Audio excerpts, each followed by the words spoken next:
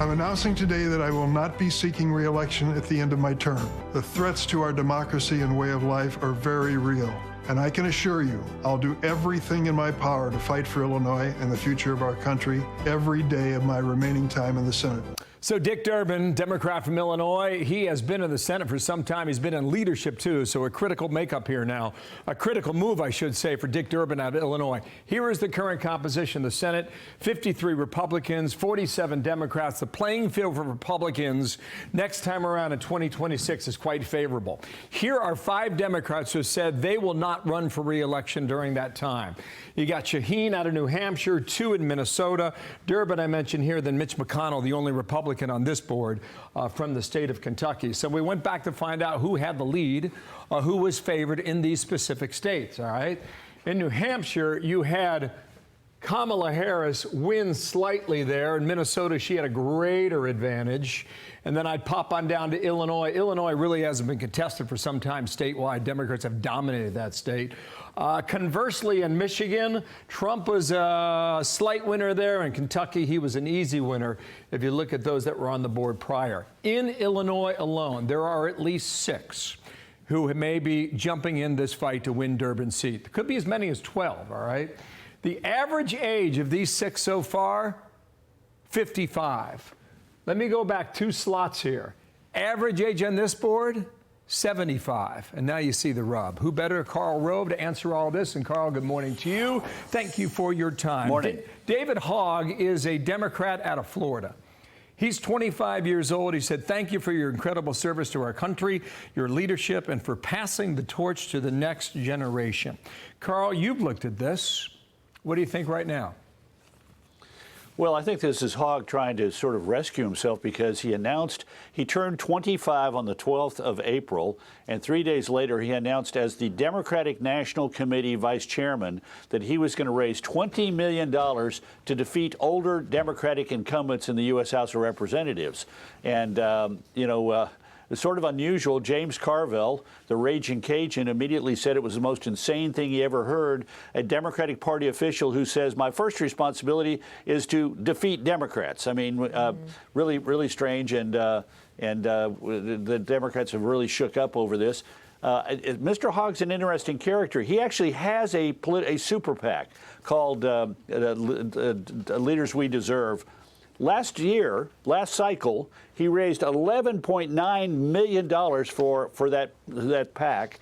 He spent $10.7 million of it, but only $266,000, or 2.48%, was spent on campaigns or transfers to other federal committees. Wow. So most of that money was spent on, overhead, including, I looked at the FEC report. Boy, they ordered a lot through DoorDash. I mean, constantly ordering meals. In fact, they almost spent about half as much on his own salary as they did on aiding candidates. So maybe it was a big boast that he was going to go out and get $20 million and spend it on Democrats.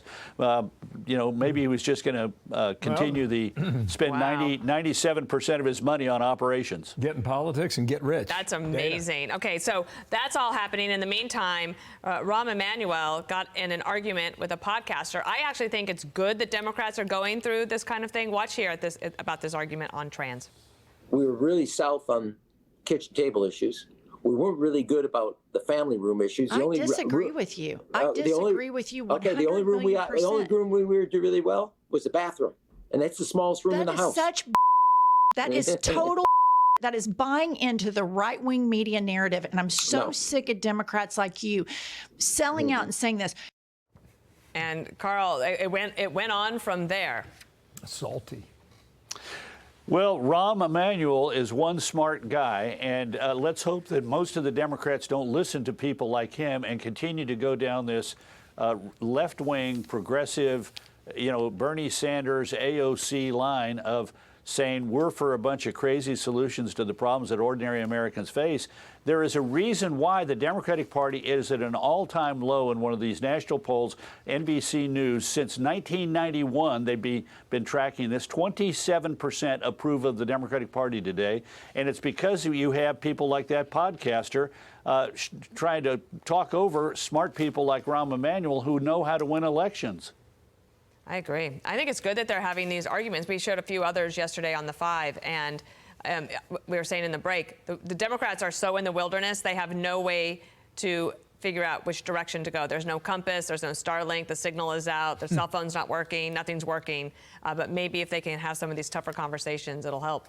Yeah. Nice piece in the Journal today, too, Carl. Oh, yeah. You kind of put your finger on it, right? Because you got Al Gore out there, you got Hogg out there. Who else you got? You got Bernie and AOC. What's the theme?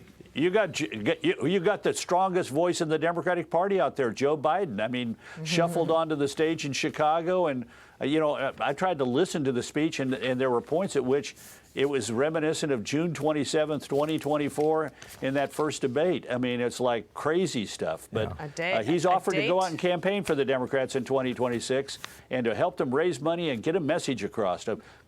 Even Democrats are smart enough to know that that's not worth doing. Got it. Thank you, Carl. But nice they have Hogg as well. Yeah. All right. Thank you, Carl. Have a great day. I'm Steve Ducey. I'm Brian Kilmeade. And I'm Ainsley Earhart. And click here to subscribe to the Fox News YouTube page to catch our hottest interviews and most compelling analysis.